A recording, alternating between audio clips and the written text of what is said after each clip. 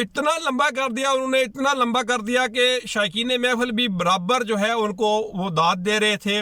اور قاضی صاحب ماشاءاللہ سے داد وصول کر رہے تھے، اور انہوں نے بعد میں ایک ایسی داد وصول کی کہ جس طرح وہ لمبا جو ہے میاں صاحب کا شعر اور کھینچ کر پڑھتے جا رہے تھے، اسی طرح ایک بابا جی این محفل کے دوران جب محفل اپنے پورے عروج پر تھی، پورے جوبن پر تھی، وہ اتنا لمبا ڈنڈا لے کر جو ہے وہ کھڑے ہو گئے اور کہنے لگے اٹھو سوری ریا باہر نکل، ساڑیاں تیاں ساڑیاں پیراں، صبح پرن شامی پرن تم ماما لگنے۔ اور محفل کا جو جتنا بھی عروج تھا وہ جو ہے تھوڑا وہ زوال کی طرف جانا شروع ہو گیا، اور شائقین محفل میں سے جو ہے وہ کافی سارے بندے کھڑے ہو گئے، بابا جی کو بٹھانے کی کوشش کر رہے تھے کہ بابا جی بیٹھ جاؤ، بابا جی بیٹھ جاؤ، آپ جو ہے پوری بات تو قاضی صاحب کی سن لیں۔ تو بابا جی نے کہتے ہیں نہیں او سوری نہیں، تمہیں پتہ نہیں ہے، تسی چپ کر کے سنن لگے ہو، بندہ باہروں آ کے تواڈے پنڈ آ کے تے تواڈوں بےعزت کرن لگے ہیں، او ساڑیاں تیاں ساڑیاں پیڑاں، صبح پرن شامی پرن، اے پیو لگنے اے ماما لگنے، تسی چپ کر کے سنی آ رہے ہو گلاں۔ تو بڑے بندے جو ہے جتنے بھی تھے محفل میں موجود، صاحب نے بڑی مشکل سے جو ہے وہ بابا جی کو بٹھایا۔ قاضی صاحب نے دوبارہ جو ہے میاں صاحب کا شعر پڑھا کہ لوئی لوئی پر لے کڑیے جو تو پانڈا پرنا، شام پئی بن شام محمد کر جاندی نے ڈرنا۔ تو قاضی صاحب نے اس کی جو ہے وہ تفصیل بیان کی، اس شعر کی وضاحت بیان فرمائی کہ میاں صاحب نے جو ہے یہ شعر کیوں لکھا اور آخر ان کو کیوں ضرورت پڑی کہ یہ شعر لکھنے کی۔ تو جب قاضی صاحب نے واضح انداز کے ساتھ بتایا کہ میاں صاحب جو یہ تھے اس شعر میں معرفت کی بات کر رہے تھے کہ وقت ہے، اب بھی وقت ہے کہ ہم جو ہے کچھ اچھے اعمال کر لیں، کچھ نیک اعمال کر لیں، اس دنیا جو چند روزہ زندگی ہے اس میں ہم اچھے اعمال کر جائیں گے تو جو آخر کا ہمارا وقت ہوگا وہ ہمارا اچھا گزرے گا۔ بڑی مشکل سے شائقین محفل نے اور قاضی صاحب نے بابا جی کو ٹھنڈا کیا، بابا جی کو لے جا کر قاضی صاحب کی کرسی کے ساتھ بٹھا دیا گیا، اور بعد میں قاضی صاحب نے بڑے واضح الفاظ کے ساتھ، بڑے احسن انداز کے ساتھ، بڑے واشگاف الفاظ کے ساتھ جو ہے شائقین محفل اور باشمول بابا جی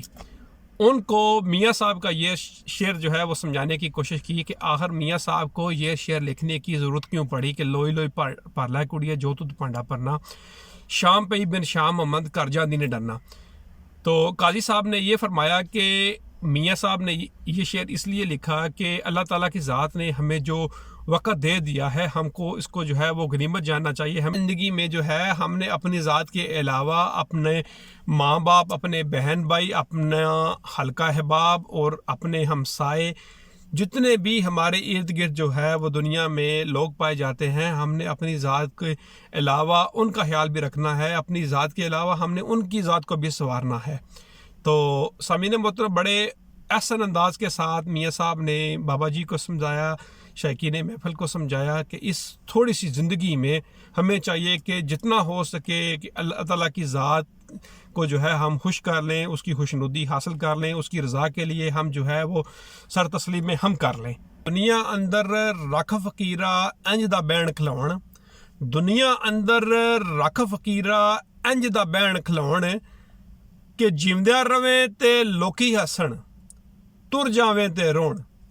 کہ ہمیں دنیا میں ایسے اعمال کرنے چاہیے کہ دنیا بھی جو ہے ہم سے خوش ہو، ہم سے راضی ہو، ہم جو ہے وہ کسی کو تکلیف نہ پہنچائیں۔ جب ہم دنیا سے جائیں تو دنیا ہمارے پیچھے روئے کہ یار بندہ اچھا تھا، بندہ بڑے نیک اعمال کرتا تھا، بندہ لوگوں کی ویلفیئر کرتا تھا۔ تو ہمیں جو ہے اس طرح کی زندگی گزارنی چاہیے۔ جب ہم قبر میں پہنچ جائیں گے، فرشتے آ جائیں گے، منکر نکیر آ جائیں گے، ہمارے اعمال کا، ہمارے حساب کا وقت آ جائے گا تو ہم ان کو کیا منہ دکھائیں گے؟ فرشتے پوچھیں گے من ربوں کا من دینوں کا، تو ہم کیا جواب دیں گے؟ تو قاضی صاحب نے فکر آخرت پر بھی جو ہے وہ بڑا درس دیا۔ تو اس کے بعد بابا جی کا غصہ ٹھنڈا ہوا، شائقین محفل بھی بڑی داد دینے لگے، محفل جو ہے دوبارہ اپنے عروج کی طرف جو ہے وہ گامزن ہو گئی۔ تو سامعین محترم یہ تھی MSN آفیشلز کی طرف سے شغلیات نوری کی پہلی گپ شپ۔ ملتے ہیں بہت جلد ایک عدد نئی گپ شپ کے ساتھ اگلے ہفتے۔ جہاں رہیں خوش رہیں، آباد رہیں، خوشیاں بانٹیں، اللہ تعالیٰ کی ذات آپ کو خوشیاں بانٹنے کی توفیق دے۔ تو ملتے ہیں بہت جلد ایک نئی گپ شپ کے ساتھ، تب تک اللہ حافظ۔